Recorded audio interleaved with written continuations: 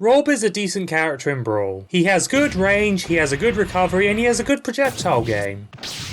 On the negative side, however, he's an enormous punching bag who has limited landing options, his close range game isn't the best, and he has a lot of trouble closing out stocks.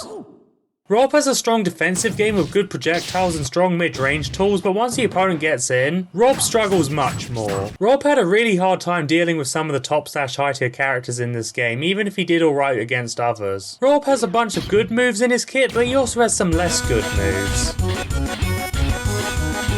And his least good move was his side special, Rotor. R.O.B jumps forward and spins his arms around. The move consists of a bunch of weak multi-hits in addition to a stronger final hit. The move can hit both in front and behind R.O.B as he spins his arms around, and the move's duration can be extended by mashing the special button. R.O.B can move left or right while using the move, and the move has the ability to reflect projectiles. Now that I've gotten that out of the way, it's time for me to explain why this move is absolutely terrible. First of all, let's look at the move speed, like I always do. The move comes out in frame 17, which is not very fast. Not only this, but on the move's first active frame, the move only hits slightly in front of R.O.B before it swings back and hits behind him. So unless you are right in front of R.O.B, the move doesn't really hit in front of you until frame 22, which is quite a downgrade to say the least. Bruh. It does technically hit faster behind, but as R.O.B is moving forwards during the move startup, it isn't the most practical thing in the world to hit the opponent from behind and then capitalize on it. That sounded kind of wrong, but anyway, the move also has a decent amount of ending lag within the 20 to 30 frame range. It's not consistent how much time you have to punish R.O.B, but if you shield the move, the safest it can be is -20, allowing for an easy, decent punish. The move might not be as unsafe on shield as in later games, but that's like comparing dropping one brick from a tall building to dropping 2 or more bricks. That single brick is still deadly, even if more bricks are even more dangerous in comparison. But now it's time to look at the move's hitboxes, and this is where the move gets really bad. The multi-hits are attached to R.O.B's arm, so R.O.B actually has to hit you with his arm for the move to connect. R.O.B takes around 6 to 7 frames to do a full rotation. Keep that in mind as we continue. The first problem with the multi-hits is that there is a really long gap between each hit. 10 frames to be exact. 10 frames. That is really long for a multi-hit, but if you think that's bad enough, it gets even worse. If you land the first hit anywhere but point blank range,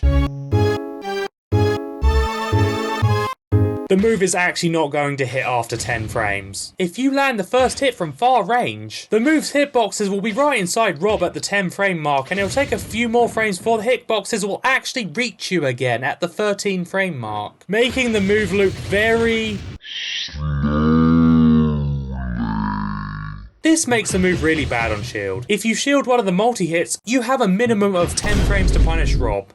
Yes. Almost every character in the game can shield one of the multi-hits and then out of shield punish R.O.B in between hits in a variety of silly ways. I don't think I need to explain why this is absolutely terrible, but it gets even worse. I said you have 10 frames minimum to punish R.O.B. If you shield the first hit, you actually get 13 frames to punish R.O.B before the second hit connects, which can lead into even more ridiculous punishes. You can even potentially run or jump away from the move and punish R.O.B afterwards. Even if you can't punish for whatever reason, you can still very easily get out of the move with spot dodge and rolls.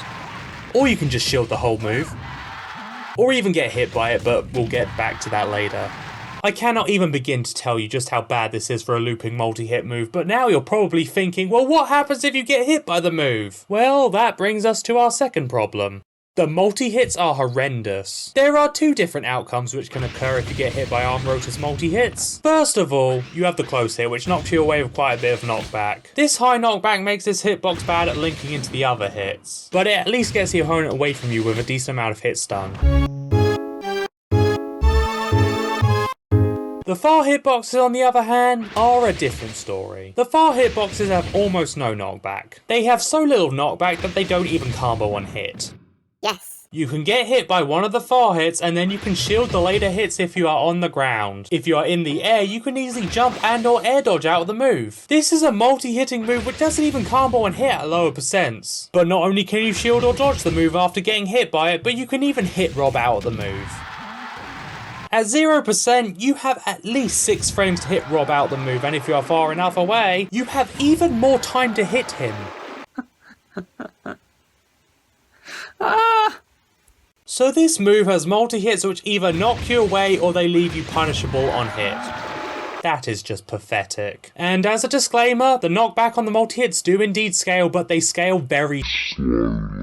The move does not properly lead into itself until the opponent is over 100%, which is pathetic. And even then, the opponent will probably be knocked away too far to actually get hit by the move properly. You can get hit by the first hit at 100% and then shield the rest of the move. These multi-hits are an absolute disgrace, but there's still more to talk about. I mentioned earlier that this move has a final hit, so you might be wondering about that. While this move does have a final hit, it doesn't quite work like it does in later games. In later games, the final hit comes out during the ending animation of the move. You do the move, you can mash to extend it, but in the end, it always results in a stronger final hit. Which makes sense, that's how moves like this typically work. But that is not how it works in Brawl. The final hit itself is attached to the spinning animation rather than the final animation. While this is already rather strange, there is something which makes this rather stupid. In order to get this stronger final hit, you have to use this move while mashing. You heard me right. If you do this move without mashing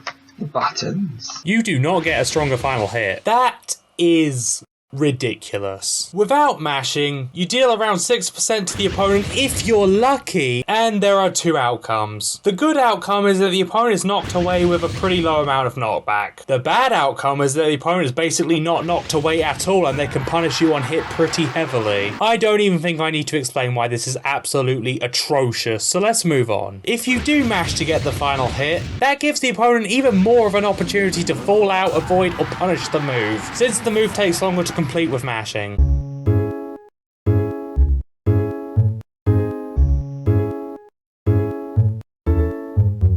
Landing the entire move is borderline impossible unless the opponent is deliberately trying to get hit by the final hit. And the hit is still hard to land even then. The only way you can really land the final hit is to land it on its own, but considering that this hit is slower than a Warlock punch, and no, I am not joking, good luck actually achieving this. If the opponent manages to get hit by the final hit, they should be questioning their life decisions if I'm being honest. But what if, through the constellation of the stars during a blue moon, you actually manage to land the final hit of R.O.B's arm rotor? Is it worth it? No. And Mario didn't even DI. This is what happens with DI and momentum cancelling. The move also has a weaker sour spot, which is even more pathetic. The move also launches aerial opponents at a higher angle, making it an even worse KO move against their opponents in the air. How did this man and his team make this move, look at it and think, yeah, this is fine?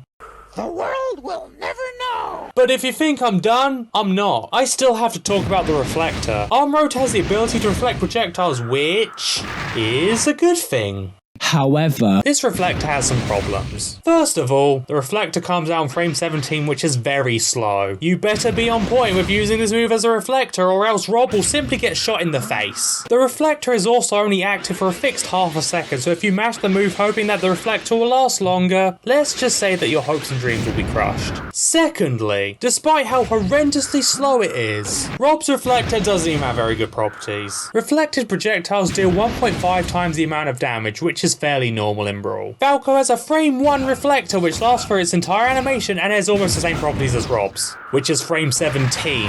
That is just embarrassing for R.O.B. Thirdly, R.O.B's reflector has a blind spot. For some reason, R.O.B's reflector isn't a big circle that covers his body. Oh no, that would make too much sense. Instead, the reflector is attached to R.O.B's attacking arm. This means that if R.O.B's attacking arm is behind him, his front is exposed, meaning that you can potentially hit him with a projectile while the reflector is active. It is hard to hit R.O.B in this blind spot, to be fair, but the fact that this blind spot exists at all means that there is a chance that R.O.B's reflector simply won't work. It is genuinely an unreliable reflector. So let me get this straight. R.O.B's reflector is really slow, it doesn't last long, it has above average reflection properties at best, and it's unreliable?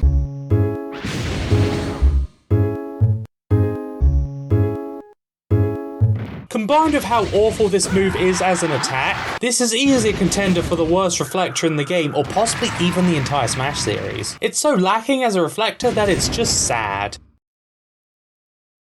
So R.O.B's arm rotor is slow, it is extremely unreliable, it is easily punishable even on hit, and it is even strong if you miraculously get the final hit, which by the way you have to mash to even get in the first place. So what uses could this move possibly have? Well, one decent trait the move has is that if you use it during a jump, it will give Rob a decent amount of extra height. This can be used in certain situations such as for recovering. While this is nice, the move is limited in this area due to being an awful and laggy multi-hit move. The move can easily be punished and the opponent doesn't really have to worry about getting hit by it either because, well, it's arm rotor.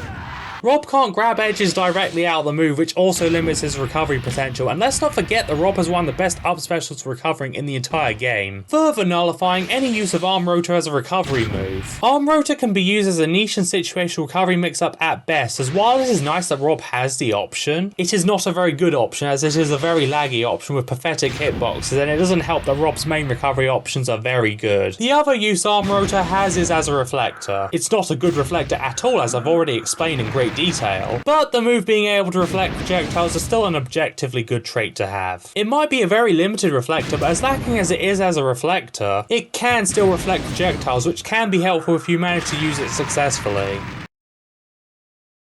Overall, Rob's Arm Rotor is pretty awful in Brawl. It's slow, it's very unsafe, it is horrendously unreliable, the borderline impossible to land final hit is not worth landing at all, and the move even sucks as a reflector. The move is quite possibly completely useless as an attack, and even in the areas where the move can be useful, it is still lacking an overall situational due to just how bad the move's properties are. Arm Rotor is a contender for the worst side special in the game, with it at least being bottom 3. It's kind of crazy how this move went from being absolutely abysmal in Brawl to being less awful but still putrid in Smash 4 to becoming an actual good move in Ultimate. This move had an absolutely terrible start, but hey, at least they finally got it right after 3 games.